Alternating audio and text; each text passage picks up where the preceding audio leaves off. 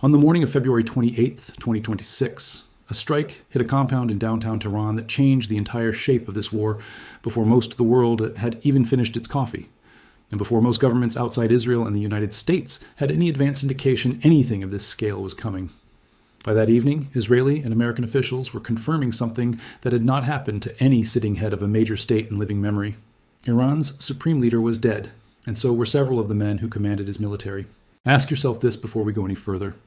When was the last time you can remember a war opening with the actual head of state confirmed dead on day one, not weeks or months into a campaign, but within hours of the very first strike, alongside nearly the entire top tier of that country's military command in the same operation? Hold that question, because almost nothing about how this war has unfolded since makes sense without understanding just how unprecedented that opening morning actually was. Here's exactly what's confirmed from multiple independent outlets reporting the same morning, and I want to walk through it carefully because the scale of it is easy to undersell if you rush past the details, and because a moment this consequential deserves more than a passing mention before we move into everything that followed from it. Israel's defense ministry announced a preemptive strike on Iran on February 28th, with air raid sirens sounding across Israel as people received phone alerts describing an extremely serious threat, a level of public alarm that itself signaled this was not a routine or limited operation even before any names of the dead were confirmed. By that evening, a senior Israeli official told Reuters that Ayatollah Ali Khamenei, Iran's supreme leader since 1989, had been killed in the strikes, ending a tenure that had spanned nearly 4 decades and 3 different American presidencies before this one. A senior U.S. defense official later told Fox News that the American government agreed with Israel's assessment, adding that 5 to 10 other top Iranian leaders had died alongside him, all reportedly meeting at the same compound in Tehran that Saturday morning. Israeli spokesperson Effi Defrin confirmed specific names by that evening: IRGC Commander Mohammad Pakpour, Defense Minister Amir Nasirzadeh, Senior Advisor Ali Shamkhani, and Armed Forces Chief of Staff Mohammad Bagheri, all killed in the same strike in Tehran.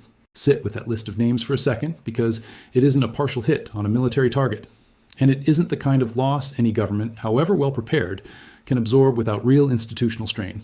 It is, in a single morning, the removal of the man who had run Iran's political, military, and religious institutions for 37 years, alongside his top military commander, his defense minister, his senior advisor, and his armed forces chief of staff. Satellite imagery released afterward showed black smoke and heavy structural damage at Khamenei's own compound in Tehran. Iranian state media later reported that his daughter, a grandchild, a daughter-in-law, and a son-in-law were also killed in the same round of strikes. This wasn't a message sent to Tehran. This was Tehran's entire leadership structure being erased in a single operation. Compare that to how decapitation strikes have typically been discussed in military planning for decades. Historically, this kind of strike against a hostile state's top leadership has usually been treated as a high-risk, largely aspirational option, something planners study and occasionally attempt against a single target of opportunity, rarely something executed successfully against an entire top command tier simultaneously, and essentially never against a head of state who also happens to hold the specific religious authority Khamenei held inside Iran's system.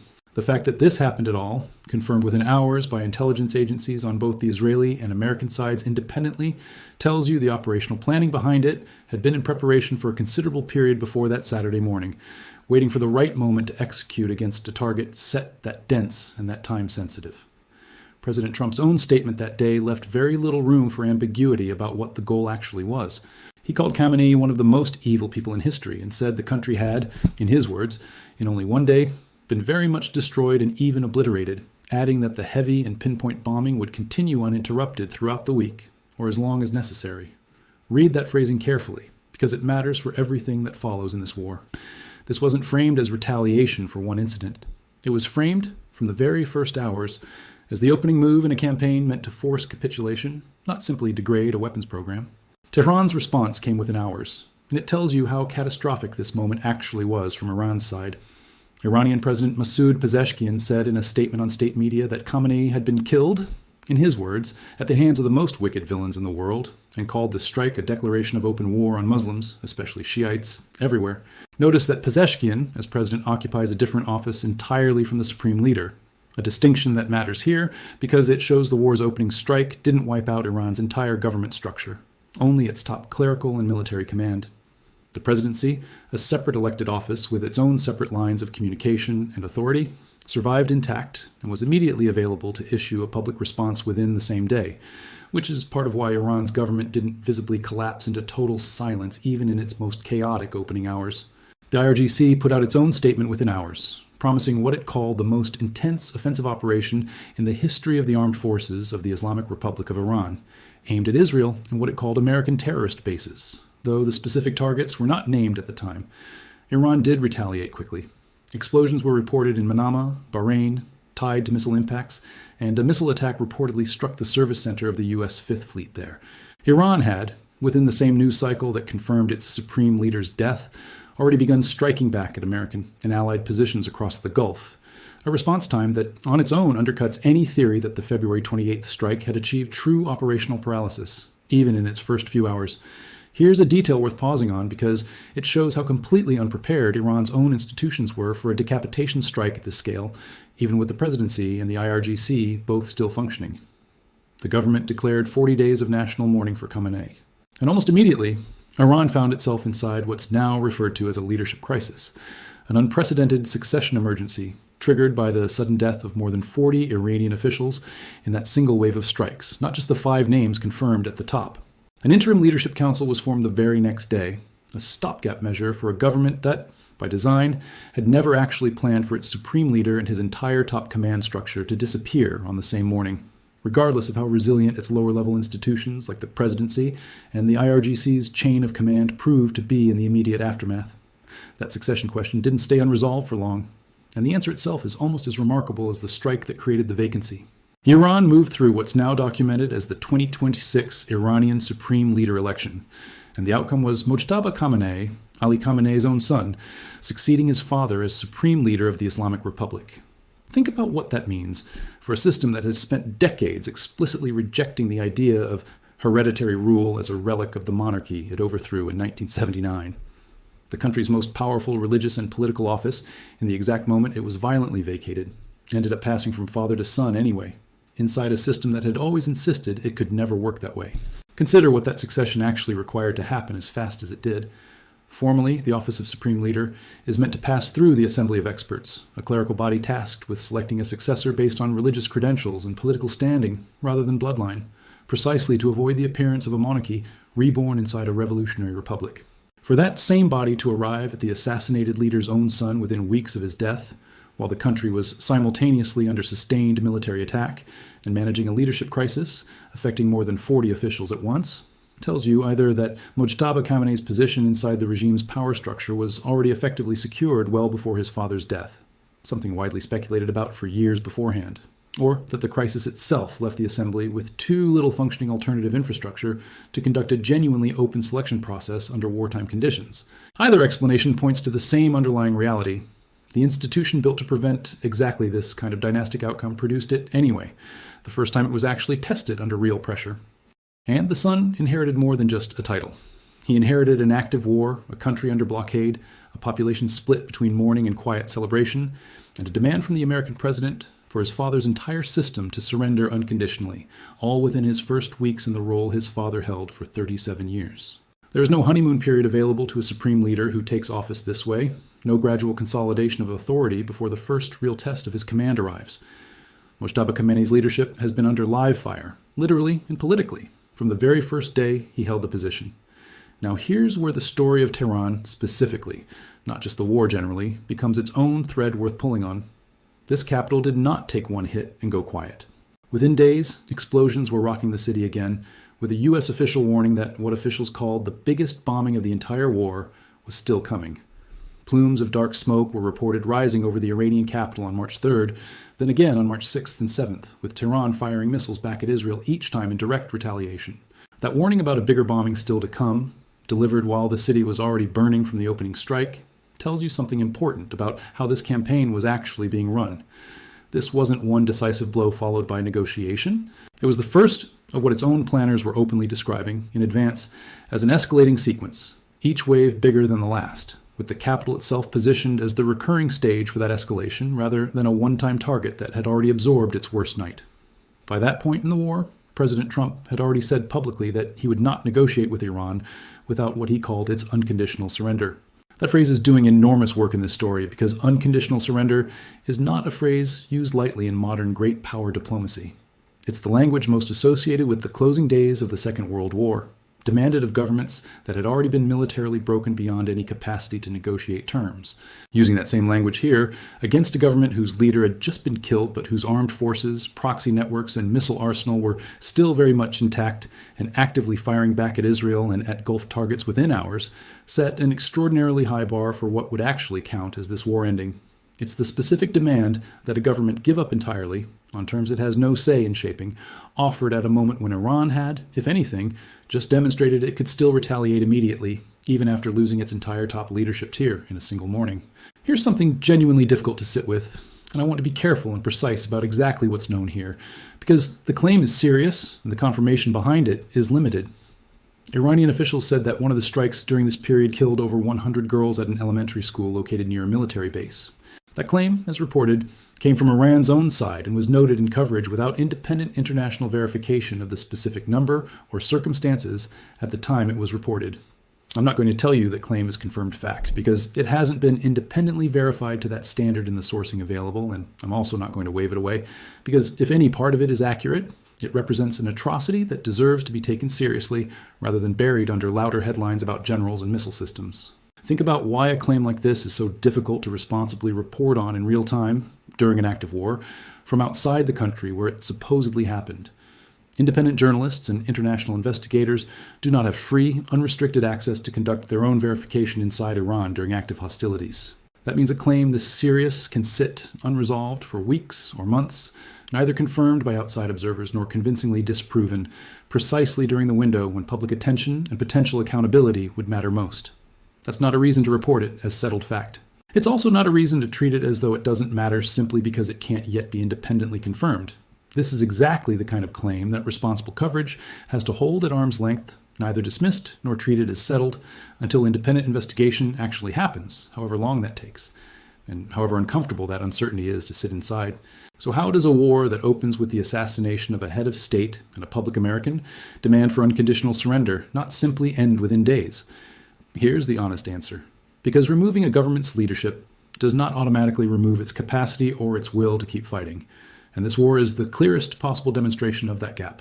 Roughly 40 days of sustained combat followed the February 28th strikes, according to tracking of the conflict's timeline, before ceasefire actually took hold on April 8th, 2026. Even that ceasefire didn't hold in any permanent sense. By June, Washington and Tehran had announced a memorandum of understanding, a reported 60-day framework meant to pause the fighting and restart negotiations over Iran's nuclear program, sanctions relief, and regional security. And by mid-July, that same memorandum was already being described by Iran's own Deputy Foreign Minister, Kazem Garibabadi, as effectively suspended, with Iran accusing the United States of violating and suspending all its commitments under what's referred to as the Islamabad Memorandum of Understanding. Walk through that timeline slowly, because each individual step in it represents a moment where this war could plausibly have ended and didn't. 40 days of combat after the Decapitation strike is, on its own, a remarkably long stretch for a government supposedly obliterated on day one to keep fighting. The April 8th ceasefire represented an actual pause, a real off-ramp that both sides took, which briefly looked like it might hold. The June Memorandum of Understanding was a further, more formal diplomatic structure, complete with a specific 60-day framework and a named location, Islamabad, tying the agreement to Pakistan's role as mediator throughout this conflict. 3 separate off-ramps, a ceasefire, a truce extension implied by continued diplomacy, and a formal memorandum, all appeared, and all eventually failed to hold. That's not the pattern of a war grinding down toward an inevitable negotiated surrender. That's the pattern of a conflict that keeps finding fresh reasons to reignite every time it looks close to resolved. Notice the shape of that entire arc, because it tells you something important about whether the strategy of decapitation actually worked the way it was designed to. Kill the supreme leader and his top command in a single morning. Demand unconditional surrender publicly, within days. Watch a new supreme leader, the old one's own son, get installed within weeks anyway. Fight for 40 more days, reach a ceasefire. Reach a further memorandum of understanding 2 months after that. Watch that memorandum collapse within a month. If the theory behind striking Tehran's leadership on February 28th was that removing the men at the top would break Iran's capacity or will to keep resisting, the subsequent 5 months of this war are the actual data on whether that theory held up. And the honest reading of that data is that it has not produced anything resembling the swift capitulation. The opening strike and the unconditional surrender language both seem to anticipate. Let's bring this forward to where things actually stand as this is being put together, because the Tehran story from February hasn't closed. It's simply moved to a different phase.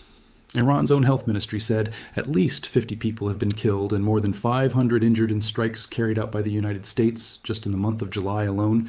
This after CENTCOM launched a 7th consecutive night of raids across the country. Iranian officials said 10,000 people were left without water after a desalination plant was struck. Iran responded by launching another wave of drones and missiles at Gulf states allied with the United States, and separately warned it would strike civilian infrastructure across the region in kind, something it says it has already begun doing in attacks on Kuwait. Photographs published by Iranian state media showed heavily damaged bridges and rail lines in the country's south, and Tehran has directly accused Washington of targeting civilian infrastructure and committing war crimes, a serious accusation that, like the earlier school claim, deserves to be reported as Iran's stated position rather than settled international legal fact, since no independent tribunal has adjudicated it. Compare that July casualty figure against the scale of what happened back in February, and the trajectory of this war becomes clearer. 50 people killed in a single month of strikes, 5 months after an opening strike that killed a head of state and dozens of his top officials in a single morning, is not evidence of a war winding down toward a quiet, negotiated ending. It's evidence of a lower intensity, longer grinding phase of the same conflict, one that has simply traded the shock of a single decapitating blow for a steady accumulation of smaller losses spread across weeks and months, water infrastructure, bridges, rail lines, each one individually less dramatic than the assassination that opened this war, but collectively representing a sustained degradation of the country's basic infrastructure that a population has to live inside every single day, regardless of who currently holds the title of supreme leader. There's an economic dimension to this surrender pressure campaign that runs in parallel with the strikes themselves, and it's worth understanding because it shows the full shape of the strategy Washington has actually been running since February. Iran's closure of the Strait of Hormuz took effect the moment the war started, and the United States responded not just with strikes, but with a parallel naval blockade of Iranian ports beginning in mid-April. President Trump claimed that blockade was costing Iran as much as $500 million a day, while the Department of Defense's own estimate put Iran's lost oil revenue at $4.8 billion by the 1st of May. When the U.S. Central Command launched Operation Project Freedom on May 4th, specifically to escort commercial vessels back through the strait under combat conditions, Secretary of State Marco Rubio framed the entire effort explicitly around the surrender language this whole story keeps circling back to, saying plainly that the alternative for Iran was growing isolation, economic collapse, and ultimately total defeat, and that the time had come, in his words, for Iran to choose peace. That's not subtext. That's a cabinet secretary stating the surrender objective outright, on the record, tying military pressure directly to an economic squeeze designed to make continued resistance unaffordable. Even that pressure campaign hasn't produced a clean result.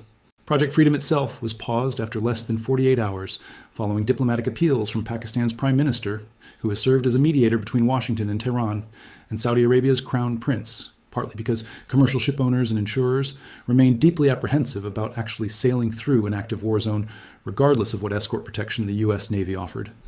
By late July, testimony before the Senate Appropriations Committee revealed the financial scale of sustaining all of this. A supplemental funding request of nearly $88 billion, most of it earmarked directly for the ongoing war, with senators openly challenging Defense Secretary Pete Hegseth over why, if the strait had supposedly been sealed under what Hegseth once called a powerful red, white, and blue dome of protection, Iran had still managed to shrink shipping traffic back down to a trickle again, just the week before that hearing. That's not the record of a surrender strategy closing in cleanly on its target. That's the record of an extremely expensive, only partially effective pressure campaign, still searching for the breaking point it was designed to find back in February. Reporting on the broader campaign has noted that President Trump is in a rush to bring down oil and gas prices ahead of the midterm elections in November, even as his repeated threats and military pressure have so far failed to persuade Tehran to surrender to his terms or even return fully to negotiations.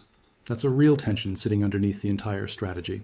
A president under domestic political pressure to end a war that's pushing energy prices upward, facing a regime whose leadership he already tried to remove in one stroke back in February, and whose successor government, led by the assassinated leader's own son, has shown no sign of the capitulation that strike was seemingly designed to produce. Now let's talk about what actually happened inside Iran itself in the immediate aftermath of Khamenei's death, because the reaction wasn't uniform, and that matters for understanding the country's internal state right now. Some Iranians, including members of the diaspora abroad, reportedly celebrated the death of a leader many associated with decades of repression, while supporters of the regime mourned. Inside the country, security forces reportedly stepped up their presence specifically in Tehran to crack down on both public celebration and public dissent simultaneously. An unusual posture that tells you the government was worried about instability breaking out in both directions at once.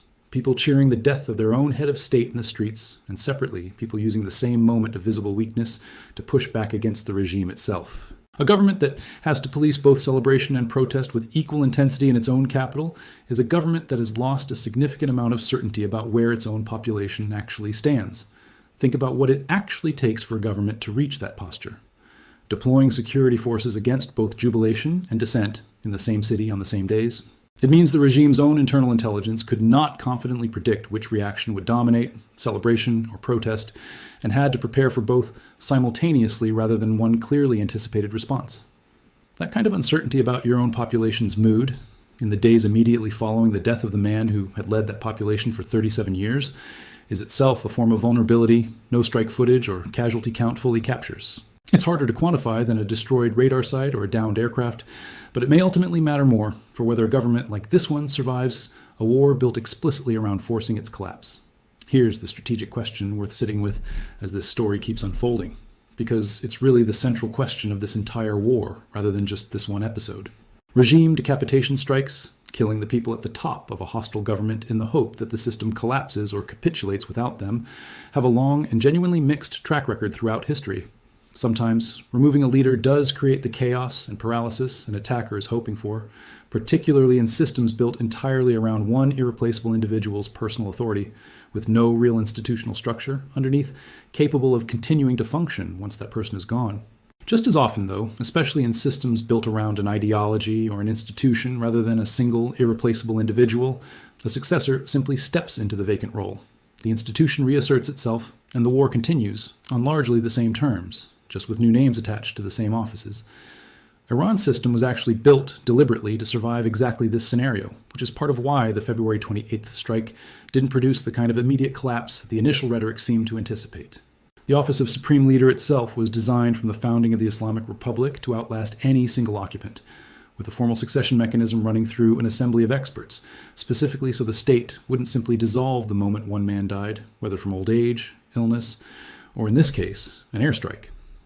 The IRGC exists as an institution separate from any single commander, meaning killing Mohammad Pakpor removed a person, but not the organization he led, which continued operating and continued launching retaliatory strikes within the same news cycle that confirmed his death. Iran's clerical and revolutionary institutional structure, built explicitly to survive the death of any single leader, including its founder decades ago, appears so far to be following the second pattern far more than the first. The pattern where the institution outlives the individual rather than collapsing with him. That doesn't mean the strike accomplished nothing strategically, and it would be dishonest to suggest otherwise. It clearly did produce genuine internal chaos in the short term, the leadership crisis, the scramble to form an interim leadership council, the visible uncertainty inside Iran's own security apparatus about whether to crack down on public mourning or public celebration first. What it did not produce, based on everything that's happened in the 5 months since, is the kind of swift capitulation that the word obliterated and the phrase unconditional surrender both seem to promise on that first day. Mojtaba Khamenei is supreme leader. The IRGC is still fighting. The blockade is still being enforced and still being resisted. Tehran is still, by Iran's own account, absorbing strikes on infrastructure inside its own borders 5 months after the moment that was supposed to have broken its capacity to keep functioning as a state at all. One honest note before wrapping up, because a story with claims this serious demands it explicitly. Every figure and event described above traces to a named, checkable source. Reuters, Fox News, NPR, CNN, the Jerusalem Post, Wikipedia's tracked timeline of the assassination and the resulting leadership crisis. Al Jazeera's reporting on the July casualty figures and the collapse of the Memorandum of Understanding. Britannica's tracked summary of the war's full timeline, the American Jewish Committee's explainer on how this conflict developed, USNI News reporting on the Senate appropriations, committee testimony, Army recognition, and the Bangladesh Defense Journal's reporting on Project Freedom, NPR's coverage of that operation's suspension, and the U.S. Department of War's own public statements about the mission. Wherever a specific casualty figure or accusation came from only one side of this conflict, Iran's claim about the elementary school, Iran's accusation of war crimes, That distinction was kept explicit rather than folded into the narrative as settled fact. That separation between what's independently confirmed and what one side is claiming is the only responsible way to tell a story that begins with the assassination of a head of state and hasn't found an ending 5 months later.